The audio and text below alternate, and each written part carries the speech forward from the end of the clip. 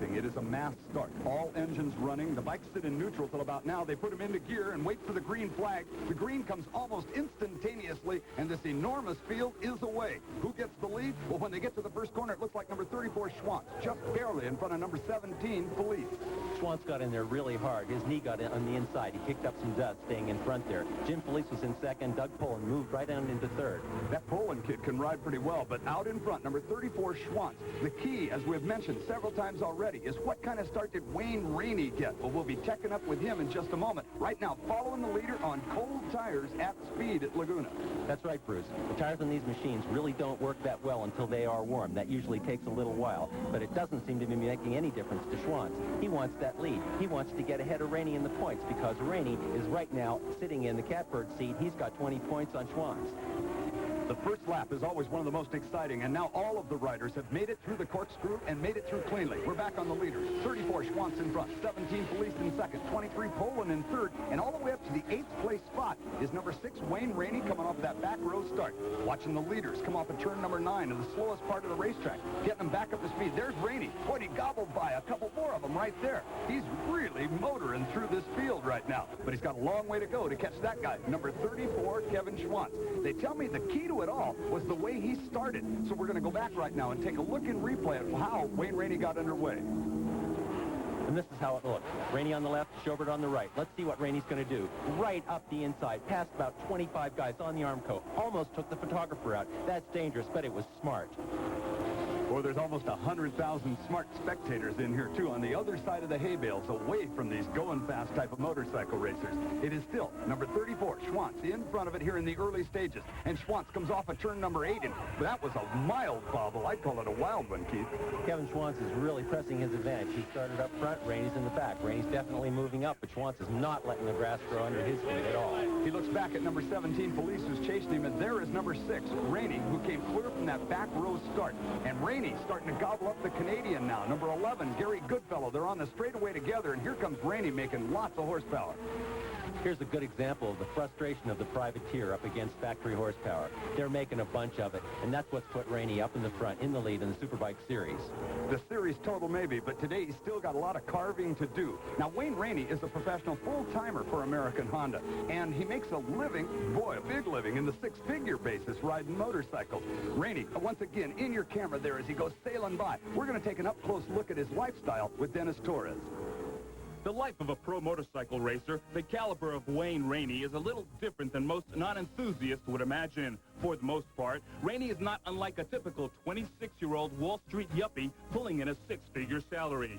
This is where it all begins. Honda Racing HQ. Like IBM or General Motors, employees are in at 9 a.m. That's Rainey's engine man, Rob Muzzy. Rainey himself drops in a little less frequent than most. His is a more of a I'll be there when you need me type of arrangement. Still, when he's in the office, it's all business. Rainey has 2 mechanics assigned to him. You've already met engine builder extraordinaire Rob Muzzy. Rainey's other mechanic is the ever-jovial Sparky Edmondson. He takes care of the chassis and handling department.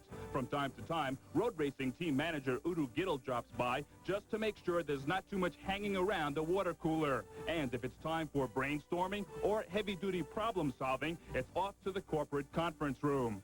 Away from Honda HQ and the racing, Rainey's Downey, California home is his oasis. The Team Honda star shares his home with his lovely new bride, Shay. Unlike the stereotypical motorcycle daredevil, Rainey is a very mature 26-year-old that holds family life high on his list of priorities. If he and his wife are not being homebodies, you can usually find them over his dad and mom's home. There, Rainey, his dad, and his brother can be found burning the midnight oil, putting the finishing touches on his dirt tracker. Like I said, when Wayne Rainey goes racing, it's a family affair. Back to the racing action now. Number 34, Schwantz, in control of this first leg of the Nissan 200. But now, 5 seconds behind him and solidly in the second place spot is number 6, Wayne Rainey, whom we just looked at. And Keith Coates, this guy can ride a Superbike. He sure can. When he came out to my school in 1981, I knew that guy sitting at the back of the classroom with all that dirt track experience was the kind of guy that world champions are made out of. And he's showing us just exactly what he's made out of today, all the way from that last row start up to second. The first leg of the Nissan 200 still racing. We've got a lot more racing yet to go. Come on back.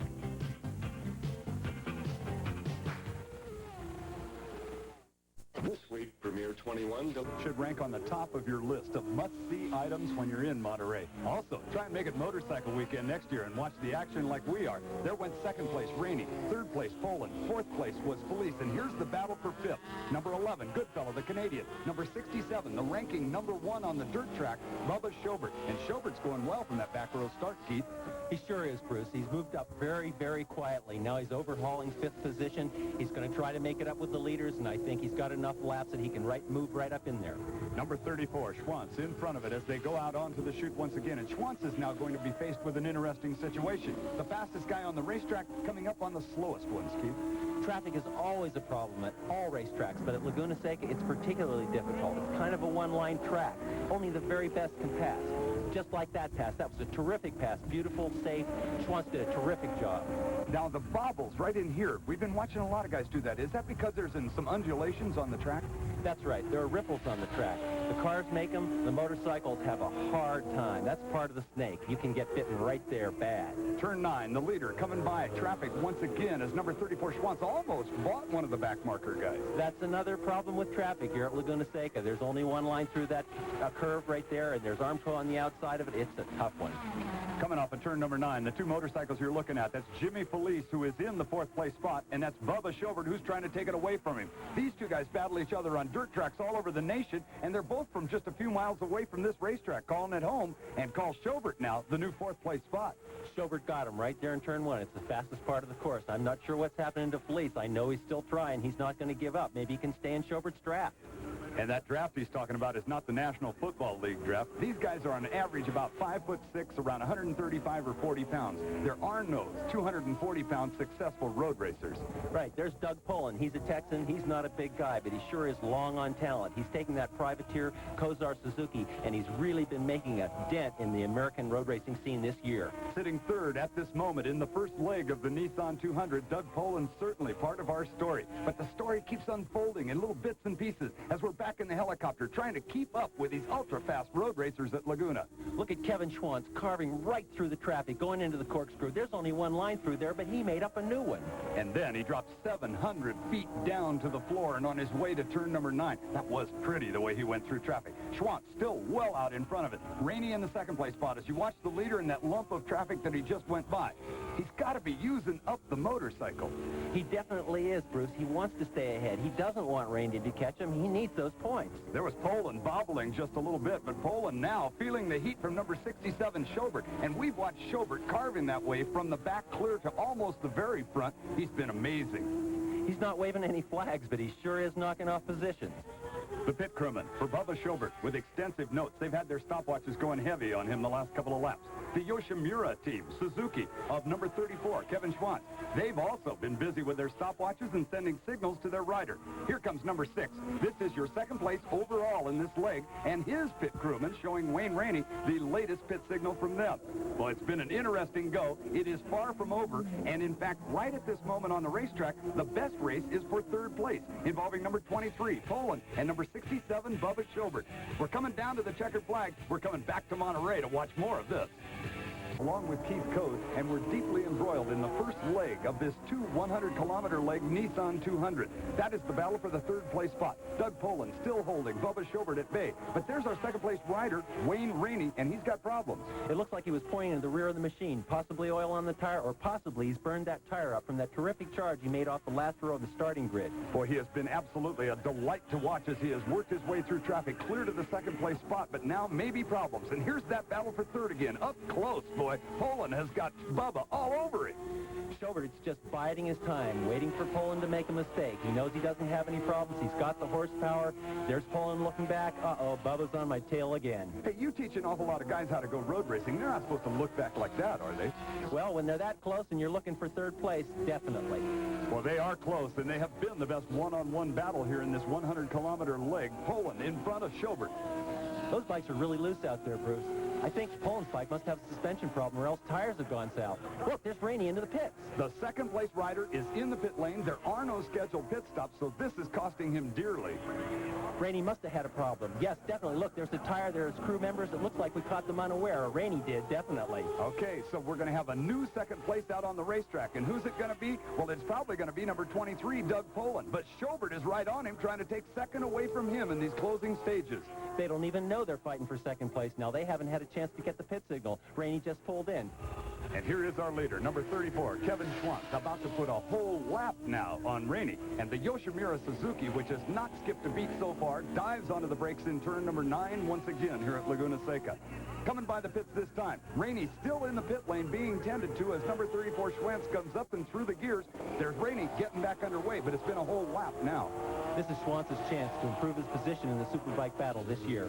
He's down a bunch of points, but these 20 that he could get with Rainey getting none. Whoa, there's a red flag. Yeah, a red flag is going to stop all the action on this racetrack. They'll bring him to a complete halt, and there, in fact, is the reason. Between turns 7 and 8, a rider down, separated from his bike. The corner workers is there. The report is, out of Portland, Oregon, it's Keith Pinkstaff who's being tended to. Bruce, yes, here's the replay of that incident. There's Pinkstaff. He gets it sideways, it high-sides him, and throws him down on the track. The Laguna Seca snake has bitten yet another rider. It's a good thing that the AMA red flagged this event. I think it really would have been dangerous with a rider laying right there in the middle of the track in between 7 and 8.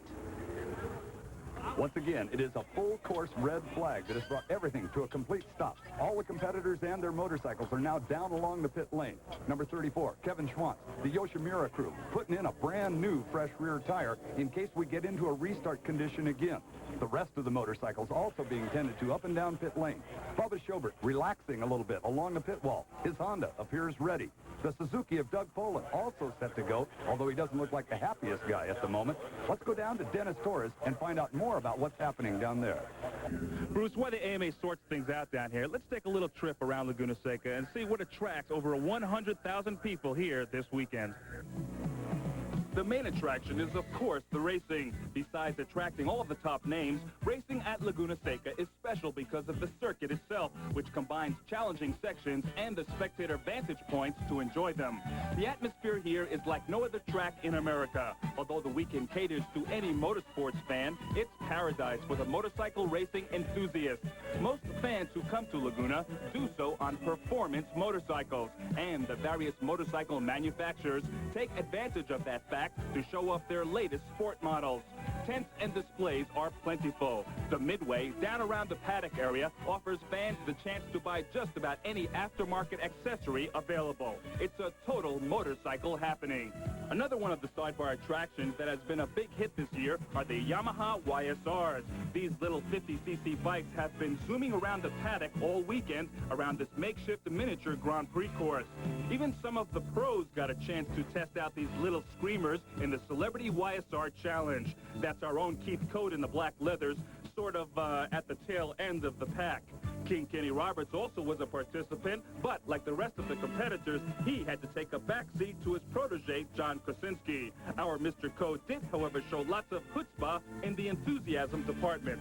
Perhaps Keith wasn't showing all of his cards, or perhaps he was saving his energy. After all the racing is over, his California Superbike school takes over Laguna on Monday morning. The California Superbike schools run at just about every major track in America, and they offer an inexpensive way to give road racing a go under the supervision of our own resident road racing guru. Well, I don't know about you, but I enjoyed watching my colleague Keith Code on a mini bike, the YSR Yamaha race. Keith, I didn't realize that you taught your schools all over the United States. That's right, Bruce. The Superbike school goes everywhere, all the major tracks in the United States. In fact, you should come out. And by the way, in that YSR race, I can't believe that Kenny Roberts beat me. Okay, here's your finishing results of the first leg. Schwantz the winner, Poland second, Schobert third, Felice fourth, Goodfellow fifth. Rainey ended up being credited with the 12th place spot in that one. Yet to come on our program will be the second leg of the Nissan 200 with the Superbikes. But coming up next, right after this, Shoei presents the Castrol 250 GP. Don't go away.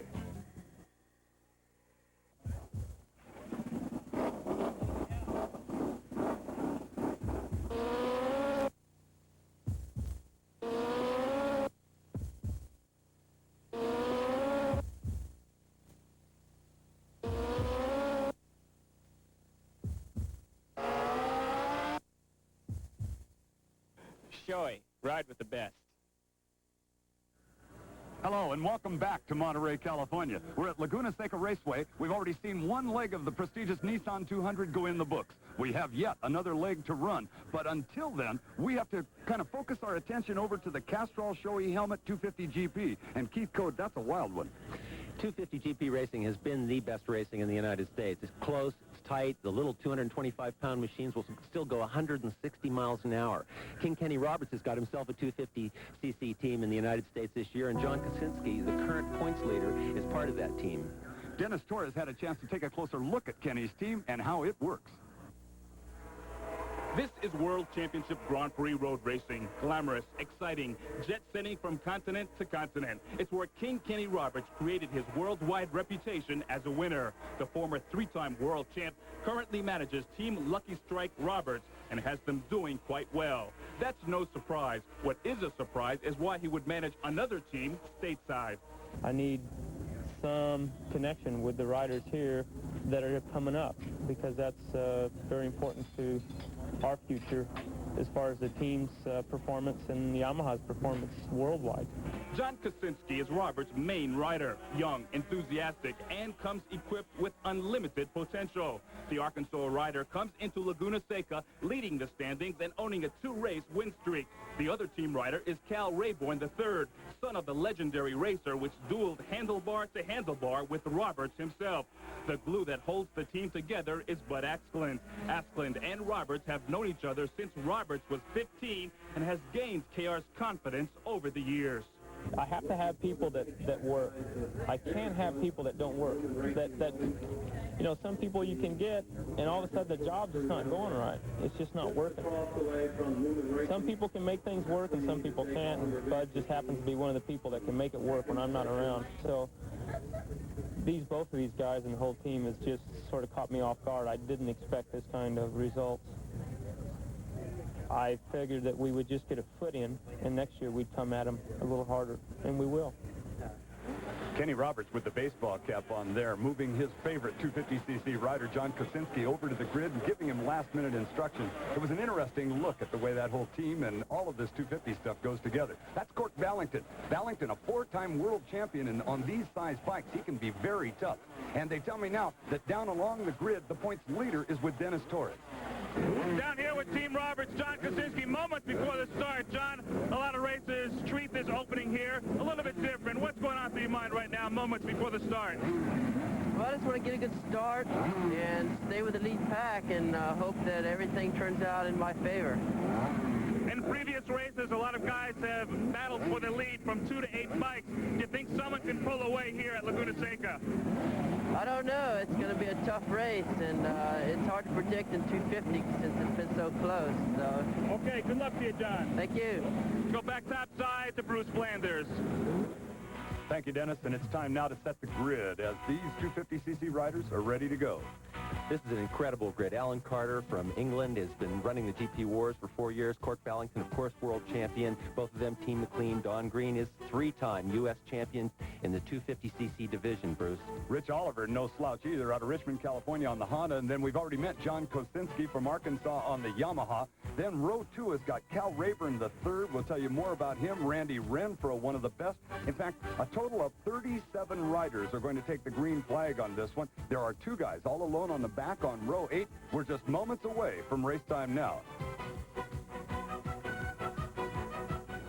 Stuff them down into first gear. Watch for that green flag. A mass start for the Shoei Helmet Castrol 250 GP. They are away, and apparently they are all cleanly away from this one. The front row guys battling handlebar to handlebar as they go down into turn number 1. And Keith Code, this one's going to be a tough assignment to win. This racing has been unbelievable all year. There it is. You're probably going to see action just like that the whole race. But Donnie Green, the 3-time Formula 2 champion, has taken the lead right off the starting line. Donnie Green out of Novato. California is his home, and he rides an awful lot of tracks out here on the West Coast. He's a bigger guy, though, than the rest of them, isn't he? He's He's really at a serious disadvantage on these 250cc machines. He weighs about 165 pounds. These machines only make about 75 horsepower, but the guys behind him are all weighing in about 130, 135 pounds. Some of them, like Randy Renfro, as light as 120 pounds. It's a big disadvantage. Number 80, Kosinski, is in the second place spot, chasing Green. It's hard to think of a 165-pound monster in any form of sport, but definitely in front of it right now is Don Green. Kosinski in the second place spot, and that ever-so-tough customer Ballington on the number 99 bike sits third. If this race is going to be anything like the other 250cc races we've seen this year, Donnie Green is not going to stay in front too long. Sometimes we've seen lead changes up to 5 or 10 times per lap. This is the kind of thing, they cannot be too hard on the motorcycle or too hard on the tires, can they? Well, the 250cc machines are much more forgiving than the bigger, larger Superbikes, the 750cc machines. They're light. They really are not that hard on the tires, but you can burn them up, definitely. Here at this course at Laguna Seca, the Snake can get your tires. This is one of the shorter races of the weekend as far as total time, but it is certainly action-packed excitement as we zero in on our leader, Don Green out of Novato, California. But it looks like there's a team trying to close on him with 99 Ballington and 80 Kosinski. Is there drafting a lot with 250s? The 250cc machines definitely rely on the drafting. Drafting is very important because the machines don't have a lot of power. If you back off once in the middle of a turn, 3 guys will go by you in the 250cc racing. Our current leader, number 1, Don Green, 99 Ballington, working on him hard. Number 80, Kosinski, sits third, and number 97 from Great Britain, Carter, in the 4th place spot. Ballington's replaying what he's been doing all year long in 250cc racing. He's already taken over Kosinski. He's going for Green. He likes to sit back. He's a wily rider from the 250cc GP wars that he ran in Europe. Another lap goes into the book as they go under the Nissan bridge, and still the top 4 remain the same, but suddenly Ballington up working again, and there is a lot of speed being shown by the 3rd place rider Kosinski. In fact, Kosinski coming a couple of miles an hour hotter at the moment, and this is the fastest portion of the race course right here. Right. Not only Kosinski, but also Alan Carter's moving up to get into that fray.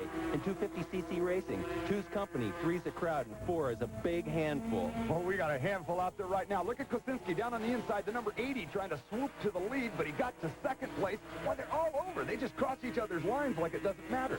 That was a wild one there. Kosinski just ran right in the middle. Oh, did you see Carter? He hit the curbing. Carter, that was amazing that he even recovered, but he's hanging on to the 2nd place spot. We're going to be back with more of this excitement from Monterey, California, right after this.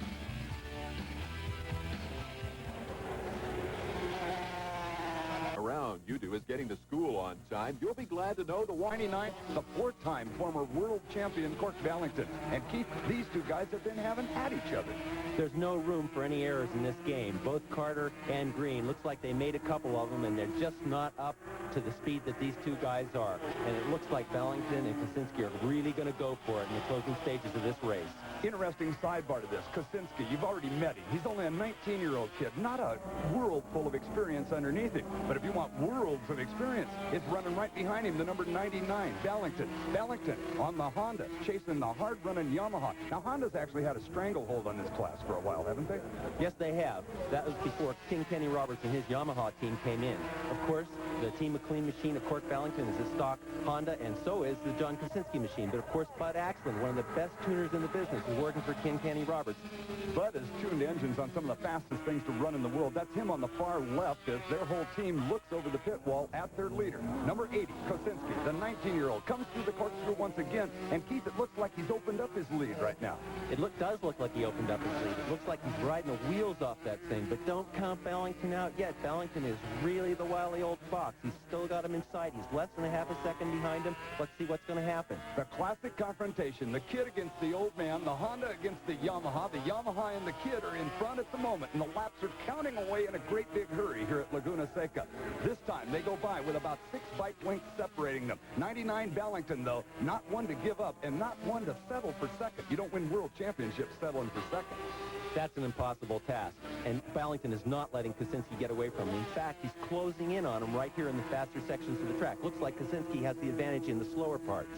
The youngster still in front. Ballington in the second place spot. That now is the third place rider. Number 1, our former leader, Don Green. But he's back about 15 or 16 seconds and no longer in touch with that one-on-one battle up in the front. At the top of the corkscrew, your leader, Kosinski, and Ballington is right back on his exhaust pipe again. He's pressing the advantage. It doesn't look like Kosinski got away from him at all in the slower parts of the track this time. He's closing. He's closing in for the kill. Now watch them closely because they're coming up and putting a lap on a rider. That is number 90 that they're about ready to go around. Robert Mosen from Arlington, Virginia. He gets on both sides. That's like being passed in stereo, I think. That's a leader sandwich. Yamaha, Honda, and they're going for the lead. They're not letting the traffic get in their ways. They're going for the checkered flag. I think it's coming up. There's the white flag. This is the last lap of this race. One more lap around. So if you're going to play your aces, reach heavily up your sleeve and get ready to slam them onto the table. Number 99, Ballington, is the guy who's in the Cale Yarborough kind of catbird seat. Can he make a slingshot move and get by the kid? Last time around, we're going to settle the showy helmet race right now.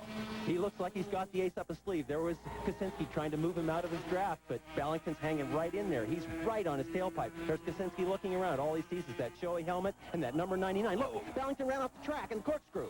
Ballington is off, and he is apparently okay, but it is now Kosinski all by himself. There's Ballington. You just saw a little bit of him re-entering the course. Now he's waving up at the corner workers. He's okay, gets back in, still in second, but going to win this one easily now will be Kosinski. Definitely, but Green's still 14 or 15 seconds back. If Ballington can get on the gas coming down the hill for those last few turns, 7, 8, and 9, he can still stay right there in second position. The 19-year-old kid on Kenny Roberts' 250cc bike, the Yamaha for Nordica, among other people, going to take the checkered flag. A big victory for him.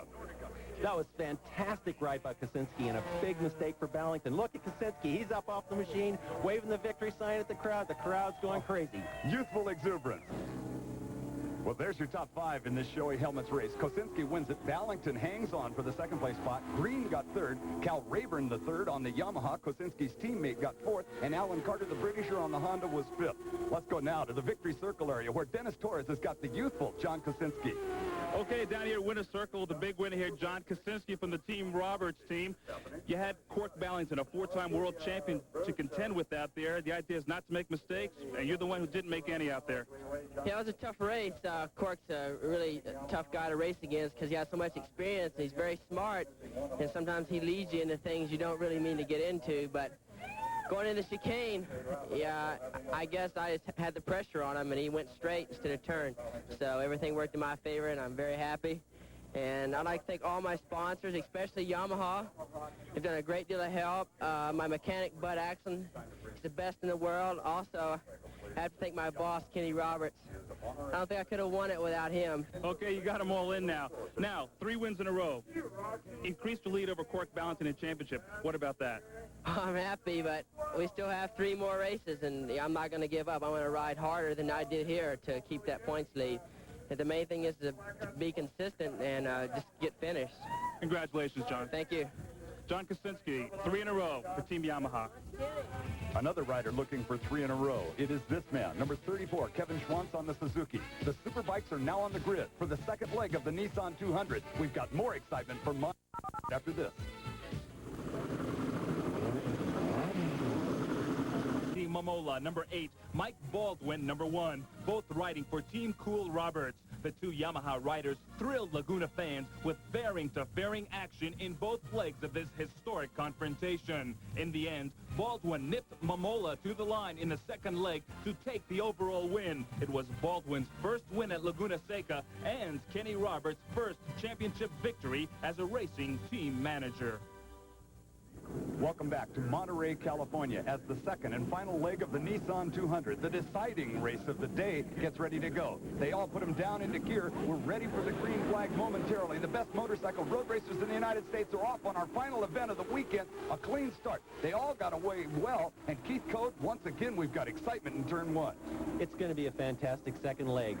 Definitely Schwantz is going to go out to win it. There he is in the lead, pulling in tow. It's a replay of the first time around. There's, looks looked like Jimmy Felice in third place. It was number 17, Jimmy Felice, in the third place spot. First Yamaha. It's the Suzuki out in front. Schwantz. He won our first leg. He's sitting tough. He could wrap up this whole weekend. And right now, in control as they come under the bridge. And boy, they get right to work on cold race tires, don't they? This is the last one, and it's the one that counts. Schwantz is up there. He led the first one. He won the first one. All he has to do is stay up there. He's exhibited skill and proficiency and smoothness and speed on that Suzuki, and it looks like he might be able to do it again. The Nissan 200 is run in two different 100-kilometer legs. The starting grid exactly the same for both legs. Number 34, Schwantz, has been on the pole, gotten great starts every time. But number 6, already up to the 5th place spot, has had to start from the very back row. That's Wayne Rainey on the Honda. In the first leg of this event, he got a tremendous start. Flat smoked everybody. There he comes again, the number 6 in the 5th place spot. He's working his way through traffic wholesale right now to get by some 30-odd riders. He's still got to go a long ways to catch up to number 34, Schwantz, our leader. But obviously, Wayne Rainey put on another good start in this second leg. We're going to go to a replay right now and find out how good it was. And here's the grid. There's Rainey on the left, number 6. Schobert on the right, number 67. They flip their face shields down, put them into gear. Let's see what happens. There's Rainey with an incredible start. Look, he's by about 25 guys already. That was a fantastic start. In the brief moments that we watched that replay, there have been some major changes on the racetrack. That's number 23, Poland, who sits second overall. But Rainey already up to the 3rd place spot. He has been an amazing man to watch on this racetrack. Right, Bruce, he's going for points. He wants that overall championship. If he can catch up with Schwantz, he can salvage a few out of this thing yet. Poland casts a look over his shoulder at the ever-closing Rainey as they are at speed. Number 34, Schwantz, your leader. There's the differential between he and second place Poland, and Rainey now right on his exhaust pipe as they motor past us here. This has been Poland's plight all year long. He's seen those factory Hondas up his exhaust pipe, and he's caught another one on him this time. Instead of Schobert, though, it's Rainey coming right up on him. Boy, and this is good right now. Look at him. Here they come at you. Number 6, Rainey, trying to make the move on the inside of Poland, and does. Takes over the second place now. That was a good pass right up there in turn 4. Rainey did get a little wide and got after the Dragon's teeth, but it was good. There, the front wheel off the ground. Rainey's going away from him. The action at Monterey, exciting, and will continue right after this.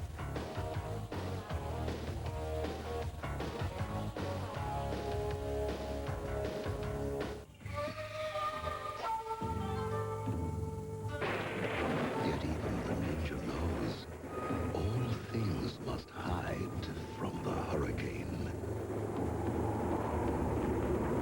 Hurricane Honda.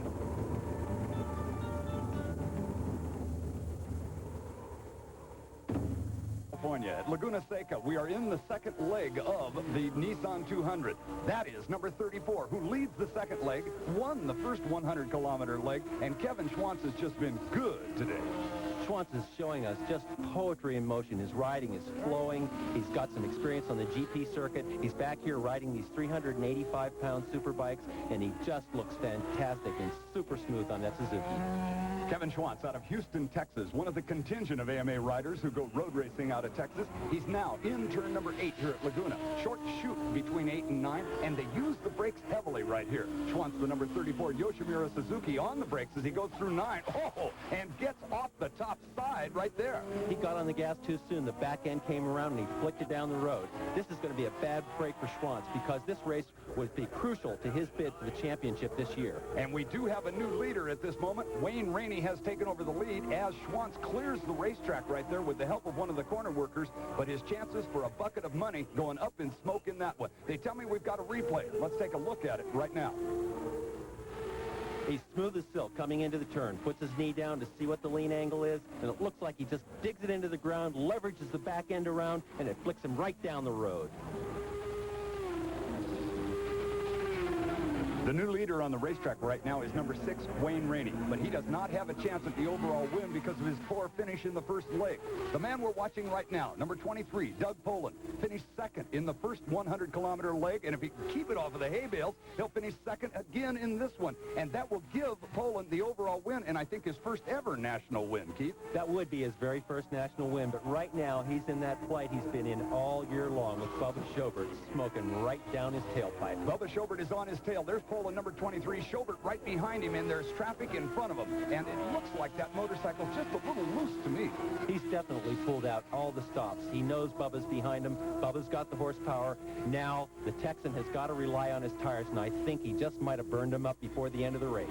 Doug Poland out of Denton, Texas on the Team Kozar machine. Coming up on that traffic heavily now as they go on up into turn number 5 here at Laguna Seca. Now from the corkscrew angle, and whoa, he's definitely charging and carving at the moment.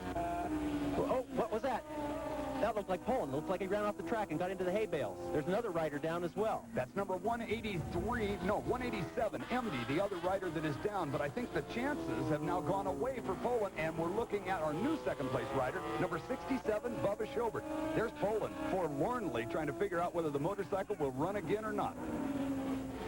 That's really a tough break for Poland. Here's the replay right now, Bruce. There was Poland going underneath that other rider, Dave MD. There's MD out in the hay bales. Oh, that's a tough hit. Oh, man, there's Schobert disappearing off the bottom of the screen. He missed the whole thing, luckily, and that puts him in second place. Now, Poland, where's Poland? Here he is. He's sliding back into the frame. There he is on the left-hand side. Ah, tough break for him. I hope he's okay, too.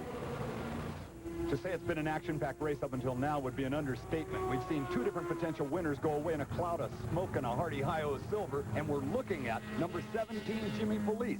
Felice has got the potential to win this overall. Only he's got to get home before that guy. Number 67, Bubba Schobert. And they're close together in a battle for second place. That's right, Bruce. In fact, our stopwatches show that Felice is actually closing the distance on Schobert. Either one of those guys could win the race. If Felice can get by him, he's the winner overall. Now, there's our leader, but he cannot win this race. No, he did not do well in the first one. If you're just tuning in, Wayne Rainey has been uncatchable. There's the Dunlop tire engineers worried about first and second place. They're both on Dunlops right now. And back to my point, Rainey cannot win the overall. Felice, number 17, could. Schobert could win the overall, but not Rainey because of what happened to him in the first leg. And there's Gary Goodfellow. He's the first privateer on the course. He's laying now 4th on the course, but he's set up for 3rd overall. He could be in the winner's stand. The Canadian doing quite well. Goodfellow. Now, let's take a look. Here is number 6 once again. That's your leader. And Rainey by us smoothly as we watch this action. And we're going to hold this shot and stay on it and wait until the second-place rider comes by. A differential somewhere around 10 or 11 seconds now. There's Schobert right there. He's second on the track, but he's looking for the overall win. The overall win, the champagne, the glory, and the gold in the Nissan 200 right after this next commercial. Motorcycling, the Yamaha YSR. But even if the only sporting around you do is getting to school on time, you'll be glad to know the YSR incorporates all the style and grace found in Yamaha's legendary super sport bikes at a fraction of the cost. The Yamaha YSR, 50 cc's of fun for the whole family at a great price. Go down to your local Yamaha dealer, pick one up while they last. But please, leave some for the other kids on the block. Yamaha, we make the difference. Welcome back to Monterey, California. That is number 67, Bubba Schobert. He is in second place on the racetrack at the moment, but second place will be enough to give Bubba Schobert the overall win in the Nissan 200. He doesn't have far to go now. There's just a couple of laps left in this race. Felice is closing on him. He's right on his tail. In fact, you can see them really close coming through the corkscrew. The Honda of Schobert in second. In the third place spot, number 17, the Yamaha of Felice. Neither of these guys has won a national championship event this year, but both of them completely capable of it. Felice has had a terrible season. He's had lots of bike troubles, and this is it for him. This looks really terrific for the Northern California rider. That is Wayne Rainey. He will win this leg of the race, we do believe. Last lap flag is now waving one more time around. Rainey has an insurmountable lead and can almost break and coast home. It's been a good ride for him, but it was poor luck for him in the first go, keeping him from the overall win. This race isn't over yet, though. If Felice can pass Schobert, that's it. He's got the overall win for the Nissan 200, and that would be very good for him. And you can bet his mechanics have been keeping him up to date with their pit signals. Felice knows who's the one he's got to get by. It's Schobert in front of him, and he's trying to get his gun sights zeroed in on him now. He's definitely close enough. Schobert hasn't really gotten away from him. One tiny mistake by Schobert up there in the corkscrew section, which is coming up next, could mean the race win. At this checkered flag, it'll be the end of 100 kilometers. Tires have been part of the story, and both of these guys are starting to run out of tires right now as Schobert looked underneath his shoulder and looked back to see where Felice was. Schobert knows what the game is. race. He knows where Felice is. He knows where he is. He's only got 3 more turns to go. He's got to be careful, but he's got to be fast. The Honda against the Yamaha. This is a good one for the overall, but let's go back to the guy who's going to win this 100-kilometer. The wheel comes up. He waves to the crowd with that front wheel. And for the win in this last 100-kilometer segment, number 6, Wayne Rainey. Our congratulations to him, but surprisingly, he will not be in the victory circle. Who will be in the victory circle? Keep your eye on that finish line. There it is. Number 67, Bubba Schobert, beats Felice to the line.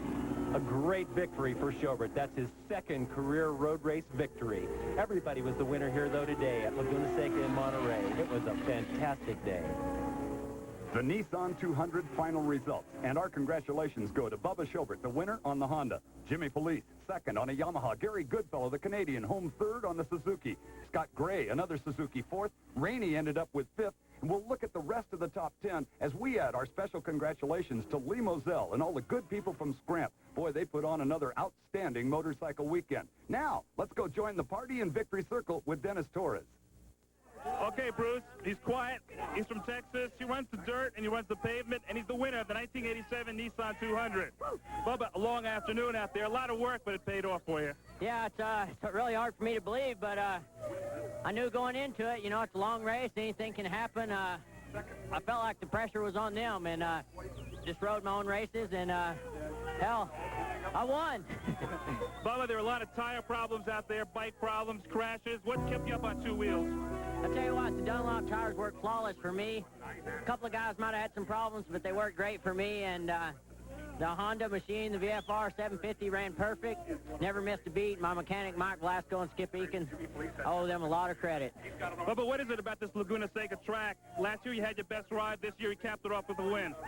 Oh, it's great. Now, no, I'm just glad I came here instead of going to the dirt track. This is great. The fans are great. First time I really raced in front of my home crowd, and hell, I win for them. Maybe they're probably behind me now. Congratulations. Thank you. Bubba Schobert, winner, Nissan 200. Well, we'd like to congratulate Bubba Schobert. Very happy gentleman down there in that victory circle area. And on top of that, Keith Cody doesn't have far to drive home. Carmel Valley's just over the hill. Right. Bubba did a terrific job today. He really took his time, rode very conservatively. He knew where he wanted to be, and he took the overall win in this Nissan 200. Fantastic. How'd you like that Castrol 250 GP? Well, John Kaczynski came out and really did it for his teacher, Kenny Roberts, and the Kenny Roberts team, taking 3 in a row now. This is his 3rd in a row. Fantastic. The ambiance at this racetrack is like none other in the world. If you get the opportunity, come to Laguna Seca in Monterey. For Keith Code, who's been helping me here in the booth, Dennis Torres, who's been all over the infield, I'm Bruce Flanders. Thanks for watching, and we'll be back next year. The 1987 Nissan 200 Motorcycle Classic has been brought to you by Nissan, who invites you to test drive a hot new Nissan car or truck and see what Nissan makes you feel like driving. Honda, motorcycles and all-terrain vehicles. Honda, follow the leader. Showy helmets, safety with style, and the choice of champions. Just ask Eddie Lawson. Yamaha, we make the difference. And by Castrol, motor oil engineered for today's smaller, higher-revving engines. A promotional fee has been paid by the following: The Monterey Hilton and the Scenic Monterey.